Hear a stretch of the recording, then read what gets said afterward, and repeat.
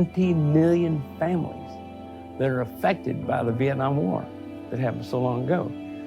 Still have a lot of anger because they may have lost loved ones, you know. These are some of the things that we're trying to address with the Valor administration. I can remember one of the ambassadors speaking at the embassy in Vietnam. He said, "Your trips to Vietnam have helped us show people that we're a country, we're a people, we're not a war."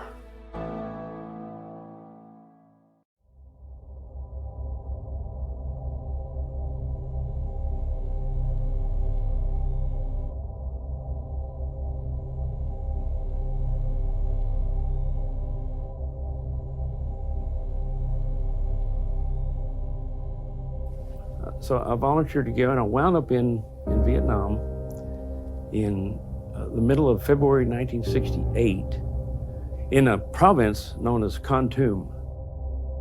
There was a lot of action there, a lot of death and a lot of destruction.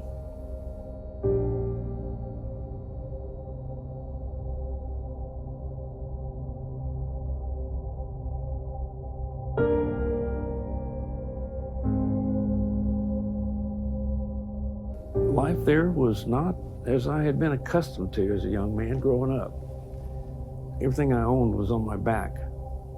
In one hand I had a rifle, M16, in the other hand I had a shovel. And the shovel was used every day for digging new foxholes. I dug so many holes, I thought at times I was digging my own grave. Our job was search and destroy missions. We were there to search out the enemy, find them, and destroy them.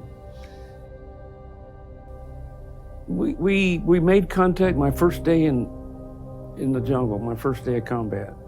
Two guys died, both of them shot right between the eyes.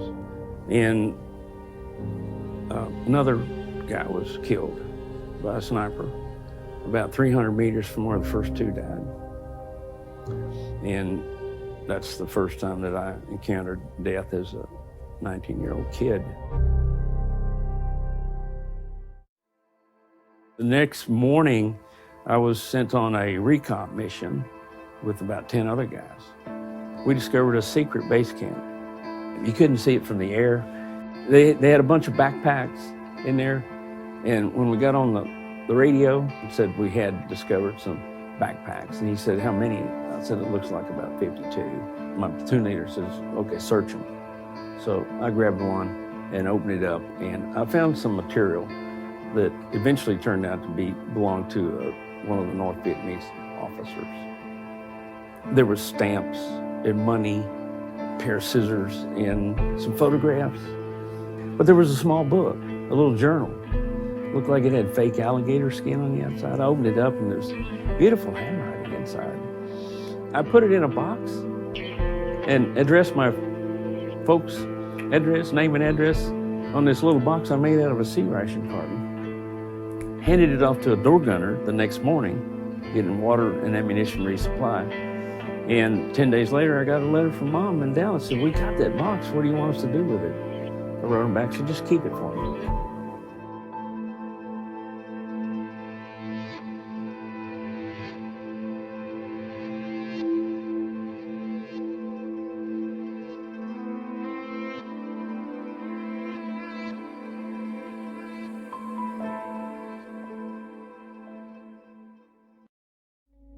My commanding officer tapped me on the shoulder, says, "There's your bird." I got on that helicopter. We were in the middle of a firefight. There was a sniper firing at me in the chopper as we left. Of course, the doors were open. And I mean, I got down on the floor of that chopper when that thing was lifting off. Eventually, I got to Dallas in the middle of the winter, and they had a fireplace. Parents had a fireplace going. I thought it was rather strange. I'd gone from a firefight in a heated jungle to a hot fireplace during the winter in Dallas, Texas. It was almost seemed like I was still in Vietnam. I've been in combat a total of over 7,000 hours. if you look at a 40-hour-a-week job, that's almost 4 years of a young person's life, all compressed into a 10 or 12-month time. You don't just put it behind you. I drove a truck for about 18, 19 years. And that time alone, that soulless time alone, was very beneficial to me. It was sort of a decompression time. But it really wasn't a complete decompression, because a couple of years after driving a truck, I realized I was suffering. It was I would learn later it was PTSD, post-traumatic stress. It's sort of like a virus or a Trojan horse that gets in a computer. It causes you to have bad decisions and make bad choices, and actually can wind up killing you if you're not careful.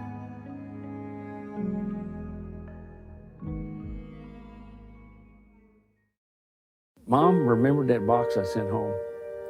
She dashed up to the attic and got it, brought it down to me. And there was everything that I'd stuffed in that little box, just like it was nearly 20 years earlier in the jungle, including that small journal. And my mom was looking over my shoulder and she says, you know what, son, if it was me, I would get it translated. Maybe there's something in there that can help you change your life for the better.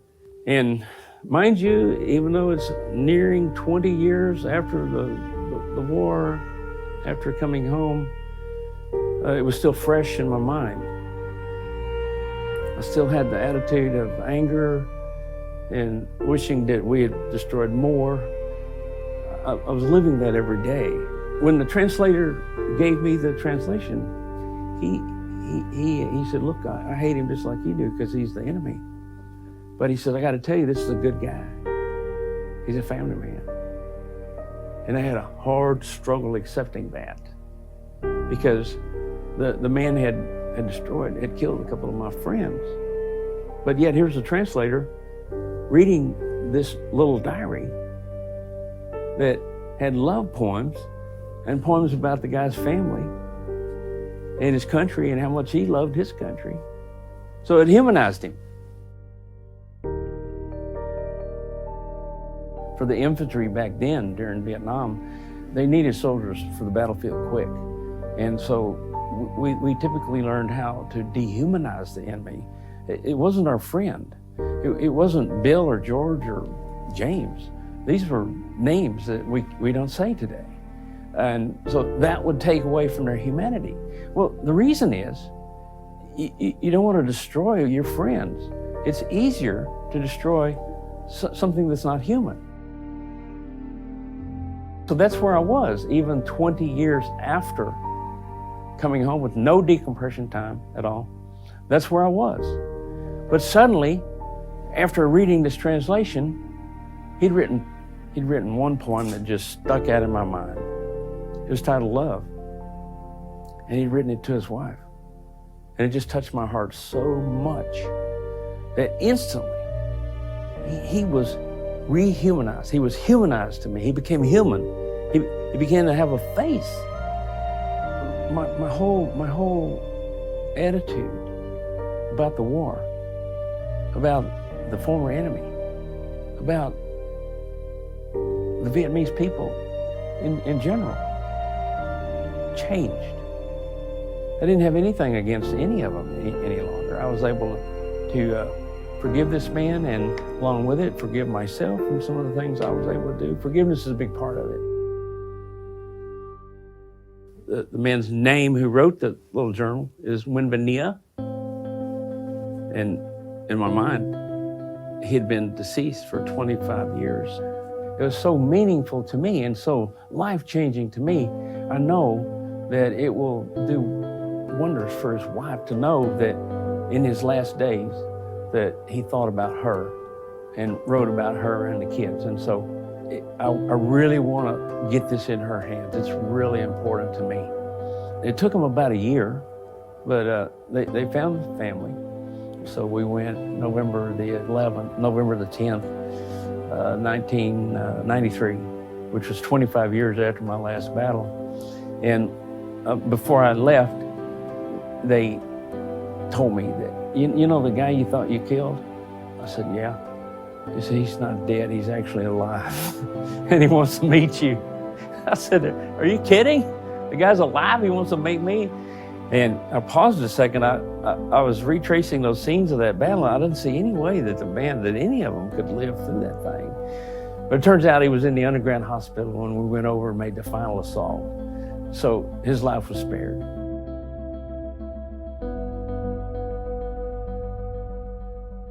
He met me on the porch of his house, and we shook hands.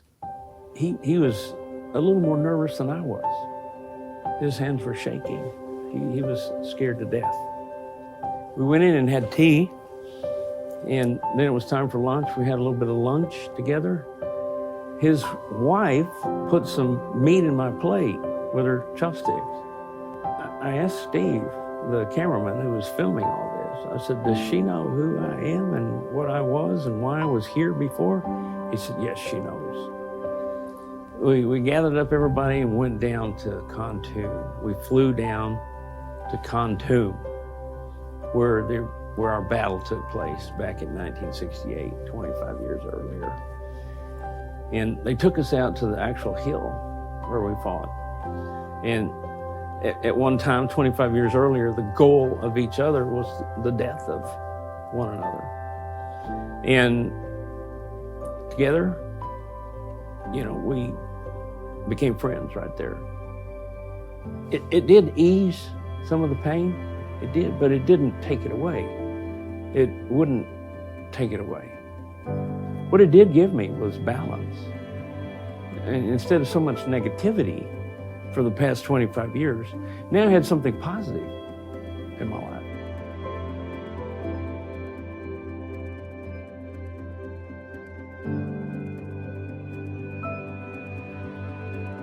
I spoke to a man who is the chairman of the Texas Veterans Commission. He said, do you know the numbers of the veterans who are committing suicide? Do you know if it's the younger soldiers or the older soldiers? I said, well, I would think it's the younger soldiers. He said, you're wrong, it's the older soldiers. It's the Vietnam veterans that are having a suicide issue. Many of these veterans are committing suicide. I believe that in large part, many of them are looking at life through those PTSD goggles. That's where valor was born.